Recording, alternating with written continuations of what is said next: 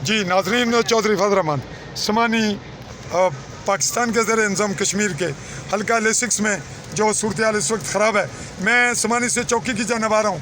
आप यह देख रहे हैं कि आर्मी सामने खड़ी है और इसने हमारी गाड़ी रोक ली है और हमें आगे नहीं जाने दिया जा रहा। अब यहाँ से हम गाड़ी वापस लेंगे। बारिश की शदीद नौयत के बावजूद हम गाड़ी वापस मोड़ रहे हैं और कैमरा मोड़ लें जी गाड़ी।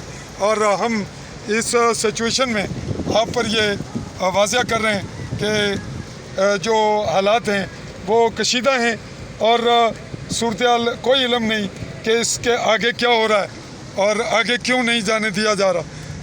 ये आर्मी का स्टाफ है। ये कौन सी जगह है जी? बड़ो क्रास के करीब इस वक्त हम मौजूद हैं। बड़ो क्रास बिल्कुल चौकी पुलिस स्टेशन के बैक साइड पे। काटें भाई, गाड़ी काटें। तो अब इस तमाम सूरत हाल में अगली सूरत हाल क्या है ये हम आपको इसी क्लिप पे बाद में बताएंगे कि मज़ीद डेवलपमेंट क्या है। मैं बारिश में उतर कर पूछने की कोशिश करता हूँ